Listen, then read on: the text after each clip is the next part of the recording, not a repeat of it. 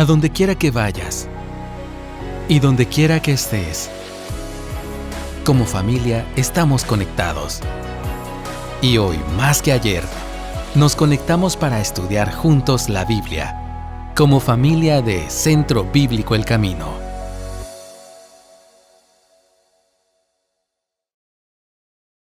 Muy buenos días a todos.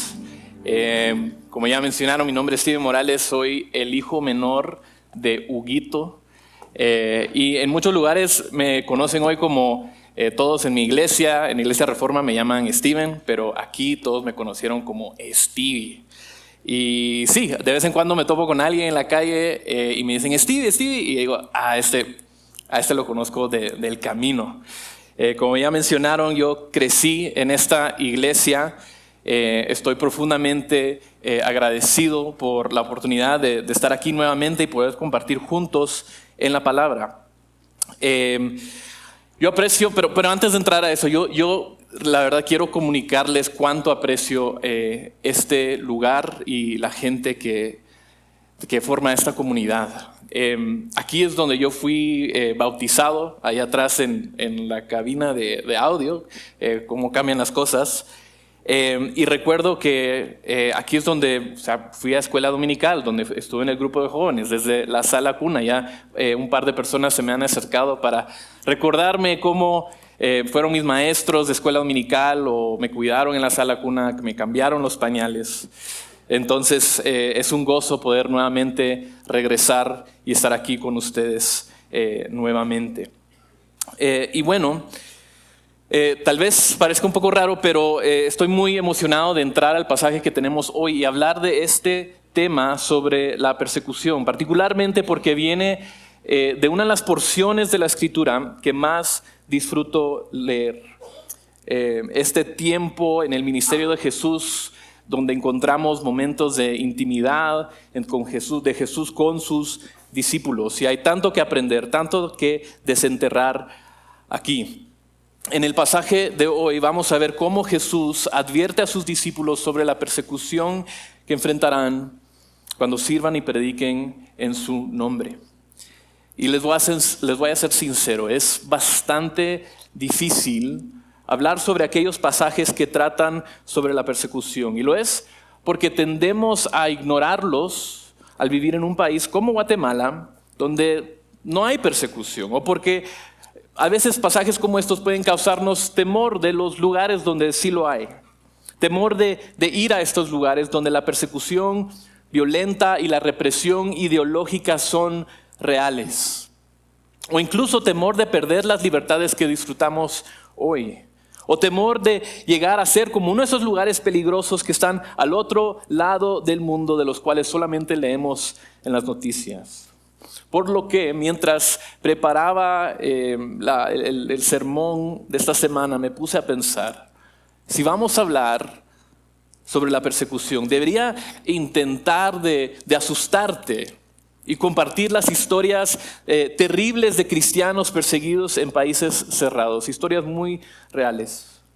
O debería hacerte sentir culpable, porque tú disfrutas de libertad religiosa mientras otros están en prisión simplemente por llevar este mismo libro que cargamos nosotros hoy. O debería usar esta oportunidad para advertirte de la persecución que podrías enfrentar si como cristianos perdemos la influencia cultural o la prominencia o el poder que actualmente tenemos. Quizás nadie nos persigue hoy, pero si no votamos de cierta manera, esto nos podría suceder a nosotros también.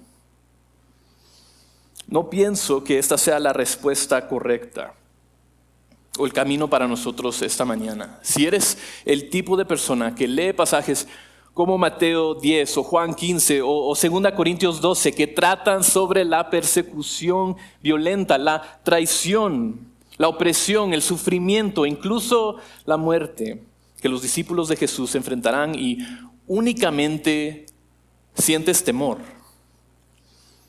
quiero animarte a leer este pasaje a través de lentes distintos. Y antes de entrar de lleno en estos versículos y hablar sobre las muchas dificultades que enfrentaron los discípulos de Jesús, quiero que tomemos un momento para revisar nuestros corazones. El año pasado tuve la oportunidad de viajar a la República Islámica de Irán.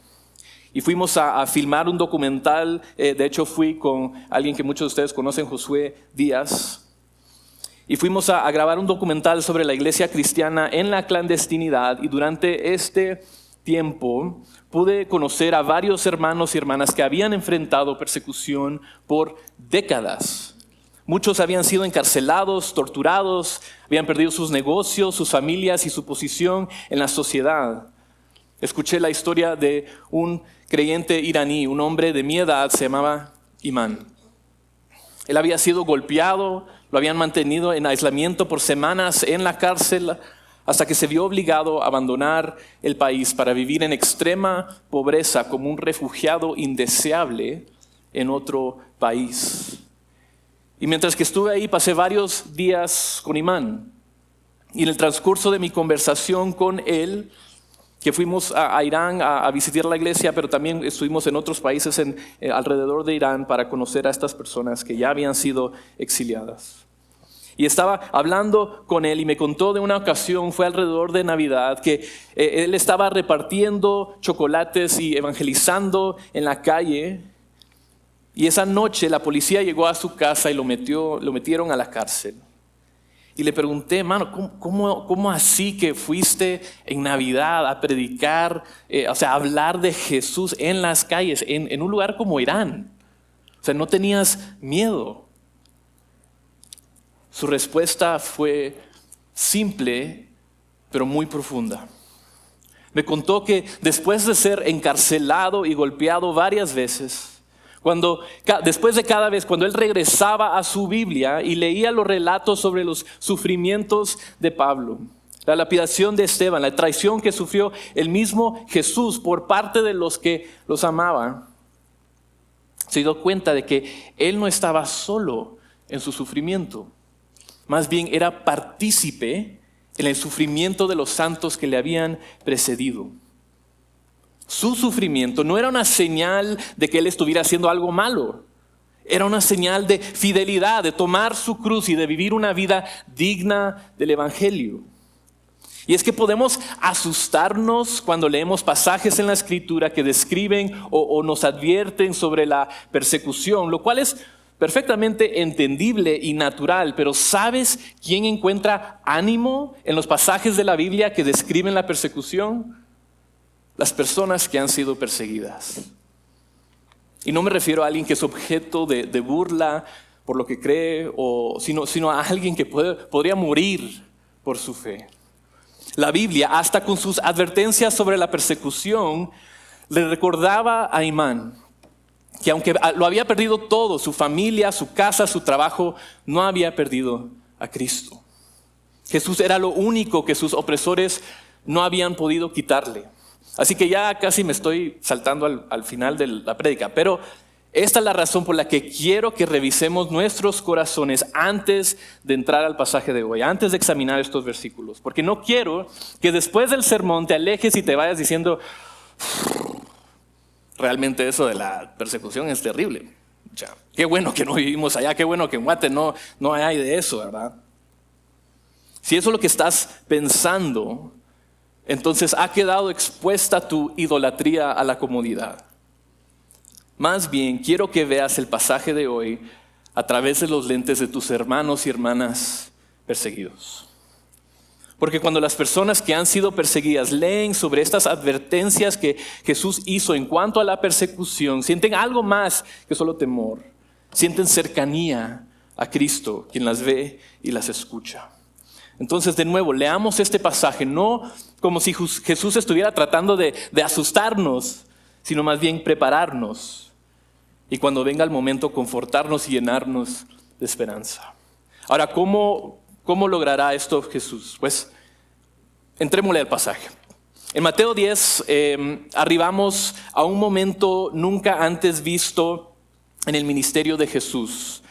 Sus discípulos, que hasta ahora habían seguido a su rabí, a su maestro, lo habían oído enseñar, lo habían visto realizar milagros, le habían hecho preguntas. En este capítulo, ellos reciben instrucciones para ir. para ir a proclamar el mensaje que Jesús había estado proclamando y para hacer el mismo tipo de obras milagrosas que Jesús había hecho. Es como si pasaran de ser solo a oidores a hacedores también. Ellos ahora no solamente están siguiendo a Jesús, también están siendo enviados por Él. Y lo que los envía a hacer es espectacular. Lean el versículo 1, estoy leyendo la versión NBLA. Dice, llamando a sus 12 discípulos, Jesús les dio poder sobre los espíritus inmundos para expulsarlos y para sanar toda enfermedad y toda dolencia. Es increíble. Y quizás lo sería también para los lectores originales de este evangelio. Quizás es la razón por la que Mateo, el autor, enumera los nombres de todos los discípulos que recibieron este mandato. Si Jesús le da a alguien este tipo de autoridad, este tipo de poder, la autoridad para hacer el mismo tipo de cosas que Jesús estaba haciendo, a ti, entonces te gustaría saber a quién se la dio. Y antes de que comencemos a saltar a conclusiones y pensar, bueno, a mí me gustaría tener este tipo de poder, este tipo de autoridad, tenemos que considerar algunas cosas, un poco de contexto. Primero, las instrucciones que Jesús da aquí no son para todos los discípulos ni para todos los tiempos. Es decir, Él no está hablándote necesariamente a ti o a mí, Él aquí está hablándole a los 12, los que aparecen en esta lista. Versículo 2, los nombres de los 12 apóstoles son estos. Primero Simón, llamado Pedro, y Andrés su hermano, Jacobo, el hijo de Zebedeo, y Juan su hermano, Felipe y Bartolomé, Tomás, Mateo, el recaudador de impuestos, Jacobo, el hijo de Alfeo, y Tadeo, Simón, el cananita, y Judas Iscariote, el que también lo entregó.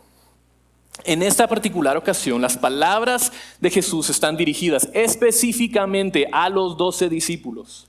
Así que no empieces a decir, bueno, yo tengo autoridad de Cristo para expulsar espíritus inmundos. Al menos no lo hagas en base a este pasaje. Y esto se ve aún más claro cuando vemos que las instrucciones de Jesús no son para predicar a los gentiles, sino para predicar a las ovejas perdidas de la casa de Israel, según los versículos 5 y 6.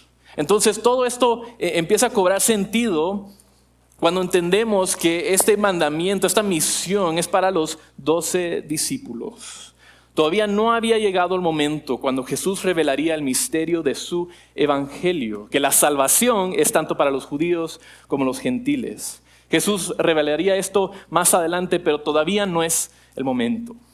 En este momento, Jesús tenía el propósito específico para estos discípulos específicos que proclamaran el reino de Dios a los judíos.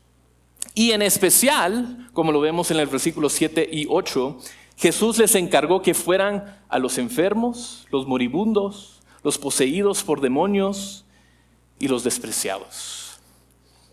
Ahora bien, el que Jesús le esté hablando a los 12 no implica que no hay nada aquí para nosotros los lectores de hoy en día. En realidad, conforme progresa el capítulo 10, los mandamientos de Jesús se hacen cada vez más generales y hay mucho que debemos tomar muy en serio.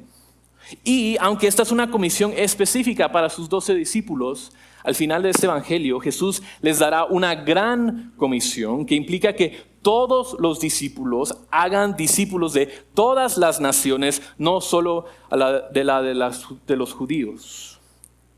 Y entonces esta misión temporal que vemos en el capítulo 10 es realmente de muchas maneras como un anticipo de la gran comisión, la que vendrá más adelante. Los versículos 5 al 15 describen lo que ellos enfrentarán. Irán a las ovejas perdidas, levantarán muertos, sanarán enfermos, echarán fuera demonios, proclamarán que el reino de Dios está a la mano. No guardarán dinero, ni comida, ni vestidos, ni nada para sí mismos. Viajarán solo con la ropa que llevan puesta. Y van a encontrar oposición, pero no ofrecerán resistencia ni lucharán. Más bien seguirán su camino e irán donde sean bienvenidos. Esta es una descripción asombrosa de la obra misionera y de lo que podemos esperar, incluso enfrentar hoy. Sin embargo, ninguna descripción de las misiones está completa sin la presencia también de la persecución inevitable que seguirá. Entonces vamos a leer los versículos 16 al 23 y luego vamos a hacer una pregunta y 4 observaciones o 4 respuestas a esta pregunta. Jesús dice, versículo 16, miren, yo los envío como ovejas en medio de lobos. Por tanto, sean astutos como las serpientes e inocentes como las palomas. Pero cuídense de los hombres, porque los entregarán a los tribunales y los azotarán en sus sinagogas. Y hasta serán llevados delante de gobernadores y reyes por mi causa como un testimonio a ellos y a los gentiles. Pero cuando los entreguen, no se preocupen de cómo o qué hablarán, porque a esa hora se les dará lo que habrán de hablar. Porque no son ustedes los que hablan, sino el Espíritu de su Padre que habla en ustedes. El hermano entregará la muerte al hermano y el padre al hijo, y los hijos se levantarán contra los padres y les causarán la muerte. Y serán odiados de todos por causa de mi nombre. Pero el que persevere hasta el fin, ese será salvo. Pero cuando los persigan en esta ciudad, huyan a la otra, porque en verdad les digo que no terminarán de recorrer las ciudades de Israel antes que venga el Hijo del Hombre. Hay algo bastante particular y peculiar en la manera en que comienza esta advertencia. Leer el versículo 16. En solo un versículo aparecen varias imágenes de animales, ovejas, lobos, serpientes, palomas, hay todo un zoológico en un solo versículo. Y vamos a examinar eso en un momento. Pero veamos lo que Jesús está declarando. En el versículo 16 dice, miren, yo los envío como ovejas en medio de lobos. Sería diferente si Jesús les hubiera dicho a sus discípulos, escuchen ovejas, las estoy enviando a un hermoso lugar. Pero tengan cuidado porque en el trayecto podrían haber algunos lobos, así que traten de evitarlos si pueden. Pero eso no es lo que dijo Jesús. Más bien fue algo así, escuchen ovejas, las estoy enviando para estar entre los lobos. Justo a donde están los lobos, ahí es donde van, a territorio enemigo. No es que tengan que pasar por ahí para llegar a otro lugar, ahí es donde van. Ahí es donde las estoy enviando. Y esto es muy importante porque en Juan 10:11 Jesús se llama a sí mismo el buen pastor. Y esto nos lleva entonces a la pregunta, ¿por qué el buen pastor enviaría a sus ovejas en medio de lobos? Si fueras pastor, este sería el último lugar al que enviarías a tus ovejas. Parte de la tarea de ser un pastor es mantener alejadas a las ovejas de los lobos. Las ovejas son tontas y no pueden defenderse. Entonces, ¿qué está declarando Jesús aquí?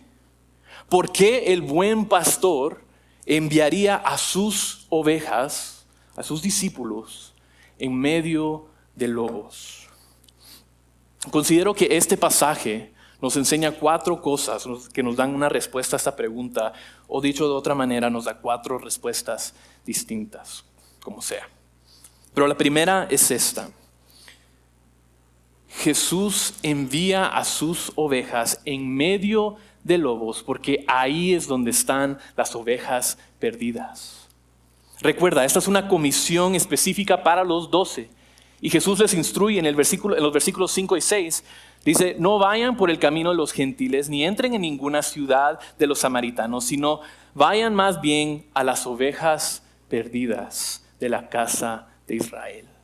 Jesús ama a las ovejas perdidas. Él ama a las ovejas que están lejos de Él, las que están a punto de ser devoradas por los lobos, las ovejas que ni siquiera saben que tienen un pastor que los vigile. ¿Esto te recuerda a alguien conocido? Alguien que está lejos del pastor, alguien que está bien perdido. Jesús ama este tipo de ovejas. Esas son las ovejas en las cuales tiene su mirada puesta. Y podemos ver esto claramente en el Evangelio de Mateo. Considera el capítulo anterior. En el capítulo 9, encontramos múltiples relatos de Jesús que buscó y sanó al tipo de personas que cualquier otro líder religioso consideraría, en el mejor de los casos, una causa perdida. No se puede hacer nada para ayudarlos. Y en el peor de los casos, alguien indigno de su atención. En el capítulo 9, versículo 2, Jesús sana a un paralítico y le perdona sus pecados. En el versículo 9, Jesús no solo se junta con los recaudadores de impuestos, sino que llama a uno de ellos a que sea su discípulo, el mismo autor de este evangelio. En el versículo 22, Él sana a una mujer impura que había estado sufriendo de flujo de sangre por 12 largos años. Pero no se detiene aquí. Inmediatamente después resucita a una niña que había muerto, le da vista a 2 ciegos y expulsa el demonio de un mudo, haciéndolo hablar de nuevo. Ahora, ¿sabes lo que todas estas personas tienen en común? Todas estaban más allá de ayuda humana. Todos eran causas perdidas. Gente sin esperanza, el tipo de paciente que un médico examinaría y le diría, lo siento mucho, no puedo hacer nada para ayudarte. Pero siempre hay algo que Jesús puede hacer. Él no es indiferente o apático ante nuestro sufrimiento y no es alguien que no tiene poder contra las aflicciones del mundo. En el capítulo 9, versículos 35 y 36 dicen, Jesús recorría todas las ciudades y aldeas, enseñando en las sinagogas de ellos, proclamando el evangelio del reino y sanando toda enfermedad y toda dolencia. Versículo 36, pongan atención. Y viendo las multitudes, tuvo compasión de ellas, porque estaban angustiadas y abatidas como ovejas que no tienen pastor. Las ovejas perdidas son aquellas cuyas circunstancias parecen imposibles de superar, cuyas vidas están tan marcadas por el sufrimiento y las aflicciones, el rechazo y el dolor, que pareciera que no tienen un pastor que las guíe. Son ovejas sin pastor. Pero esas son las ovejas que Jesús está buscando, las ovejas perdidas que están lejos del pastor. Y ahora tal vez te estés preguntando, ok, pero ¿y los lobos? ¿Qué tiene que ver esto con los lobos? Pues bien, la verdad es que cuanto más lejos están las ovejas del pastor, más cerca están de los lobos. Solo tienes que volver al capítulo 9. En los mismos versículos en los que Jesús sanó y expulsó demonios y trajo la gente de vuelta a la vida, también vemos aquí la respuesta de los líderes religiosos de aquella época, los fariseos. Entonces vemos que Jesús sanó y perdonó a un paralítico. Y los fariseos decían, este blasfema, ¿quién se cree que es? Jesús comió con un recaudador de impuestos. Y los fariseos decían, pero ¿por qué come su maestro con estos pecadores? ¿No saben lo malvados que son? Jesús va y expulsa demonios y los fariseos decían, él echa fuera demonios por el príncipe de demonios. En todo momento, en todo lugar donde vemos ovejas perdidas y alguna de ellas literalmente clamándole a Jesús, sáname, ten piedad de mí. En todos estos lugares habían también lobos que al ver el poder de Jesús manifestado de manera extraordinaria en las vidas de los necesitados, se enfurecieron, tramaron y conspiraron contra él, para que no continuara su obra, para negar sus enseñanzas y eventualmente para acabar con su vida. En todo lugar donde hay ovejas perdidas que necesitan del amor y del poder de Jesús, también hay lobos que lo rechazan y harán todo lo que está a su alcance para interferir. Así que volviendo al capítulo 10, en realidad tiene mucho sentido que la misión que Jesús encargó a sus ovejas era ir a donde están los lobos. Porque ahí es también donde están las ovejas perdidas. Ahí es donde debemos ir. Esas son las ovejas que están siendo engañadas, que están siendo devoradas y destruidas. Son las ovejas que necesitan salvación. Así que Jesús envía a sus ovejas en medio de lobos, porque ahí es donde están las ovejas perdidas. Y quiero que consideres conmigo por un momento una cosa. Pon al lado por un momento todas las comodidades y todo lo que te da una falsa sensación de seguridad, todas tus preocupaciones, y solo considera conmigo por un momento. ¿Has considerado ser misionero por largo tiempo para servir en un país que es hostil o peligroso para los cristianos? Un lugar donde la persecución no es solo un temor, sino una realidad. ¿Alguna vez pensaste que podrías ser tú?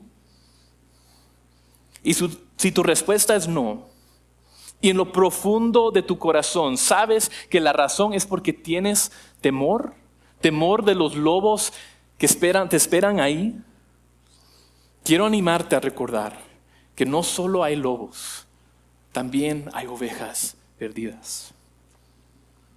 Estas personas están lejos de Dios, no conocen a Jesús, están indefensas y están siendo acosadas como ovejas sin pastor. La cosecha es mucha, pero los obreros son pocos. Entonces esta es la primera respuesta a nuestra pregunta. Jesús envía a sus ovejas en medio de lobos porque ahí es donde están las ovejas perdidas. Luego, la segunda observación o respuesta es esta.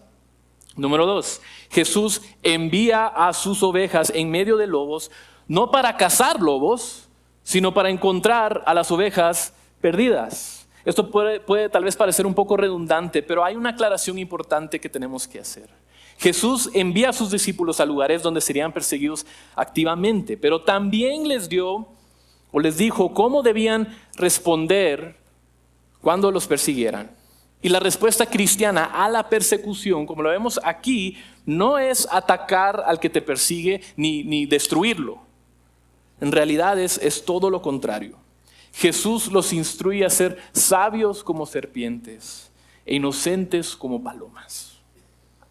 El mejor ejemplo de esto es el mismo Jesús, cuando fue falsamente acusado, arrestado y llevado ante Pilato y los líderes religiosos. Isaías profetizó sobre este encuentro y anunció que Jesús sería como cordero que es llevado al matadero. En Isaías 53:7. ¿Qué mejor ejemplo tenemos de una oveja en medio de lobos? Pero en todo ese tiempo Jesús no incitó innecesaria o insensatamente a la ira o a causar problemas contra los que lo perseguían. Habló serenamente, con sabiduría, y no encontraron nada malo en él porque llevaba una vida de pureza como una paloma. Así que el punto es este: aunque Jesús estaba enviando a sus discípulos a territorio enemigo, Él no estaba preocupado por sus enemigos. Su principal preocupación era y han sido siempre a las ovejas perdidas. Él no está creando un ejército de soldados o cazadores de lobos para asegurar un reino terrenal. Vemos en el versículo 23 que literalmente les dice que si son perseguidos deben ir a la siguiente ciudad. Porque no te envía a tratar con los lobos. Dios tratará con ellos en su tiempo. Eres enviado a las ovejas perdidas. Ahora bien, algunos de ustedes podrían escuchar esto y pensar, bueno, quizás somos enviados a las ovejas perdidas, pero ¿acaso no le importa a Jesús el peligro en el que está poniendo a sus discípulos? Piensa en los misioneros. ¿Acaso no le importan a Jesús los peligros que enfrentan los misioneros en el norte de África, Medio Oriente y Asia? Con frecuencia pensamos que si algo es peligroso o arriesgado, entonces no viene de Dios. Pero esto no es verdad. Jesús puede ponernos en situaciones peligrosas, pero escuchen, no es por desesperación, es por diseño. Y esto me lleva a nuestra tercera respuesta, tercera observación es esta, número 3. A Jesús no le preocupa enviar a sus ovejas en medio de lobos porque Él estará con ellas. Los seguidores de Jesús están llamados a ir donde hay gran necesidad. Pero como ya lo hemos establecido, esa necesidad con frecuencia irá acompañada de gran peligro. Y los riesgos o los peligros de los cuales escuchamos, las historias de persecución, pueden hacer a nosotros sentir miedo, pero no al Señor. Y Él no envía a sus discípulos a lugares difíciles, temerosos por su bienestar, sino en control de manera soberana y amorosa de todas sus circunstancias. Esta es la razón por la cual le dice a sus discípulos en los versículos 9 y 10 que no lleven nada. No lleven dinero, no lleven comida, nada más. ¿Por qué? Porque si el Hijo de Dios, por quien todas las cosas fueron creadas, en quien todas las cosas se mantienen unidas, es quien te envía a hacer algo, puedes estar seguro que Él va a proveer para todas tus necesidades a medida que avanzas. Es decir, pienso que si yo estuviera en las sandalias de Jesús y tuviera que enviar a mis amigos, a mi gente a un lugar peligroso, yo les daría todos los suministros y municiones y todo lo que necesitarían para ir, porque yo estaría pensando, no tengo idea de lo que van a enfrentar. Hasta ahora esto ha sido muy terrible para mí, me rechazan en todos lados que voy, dicen que expulse demonios por el príncipe de demonios. Me han atacado, me han sacado de lugares, entonces yo sé que no va a ser fácil para ellos. Y una vez que se vayan, pues cada quien por su cuenta. Pero así no lo ve Jesús. Porque con razón, confiando en su poder para cuidar de ellos, en realidad Jesús hace todo lo contrario. Él les dice, créanme, no lleven nada. No necesitan cosas extra. Yo estaré con ustedes. Iglesia, no tenemos que tener miedo de la persecución porque no la estamos enfrentando solos. Ni tenemos que encontrar consuelo o seguridad en nuestras cosas como si ellas realmente pudieran hacer alguna diferencia. Solamente tenemos que recordar que no importa a dónde vayamos, aun si vamos a los lugares más peligrosos, Jesús está con nosotros. Y esto me lleva a mi última respuesta y conclusión. La última razón por la cual Jesús envía a sus ovejas en medio de lobos. Número 4 dice así: Jesús envía a sus ovejas en medio de lobos porque Él lo hizo primero. Todo el ministerio de Jesús se puede resumir así. Él estuvo en medio de lobos para encontrar a las ovejas perdidas. ¿Y acaso no es fascinante cuando leemos la descripción que hace Jesús sobre la persecución que sufrirían sus discípulos, que podríamos también leerla en primera persona? Jesús podría afirmar, versículo 17, pero cuídense de los hombres porque me entregarán a los tribunales y me azotarán en sus sinagogas. 18, y hasta yo seré llevado delante de gobernadores y reyes por mi causa, como un testimonio a ellos y los gentiles. 19, pero cuando me entreguen, no se preocupen de cómo o qué hablarán, porque a esa hora se les dará lo que habrán de hablar.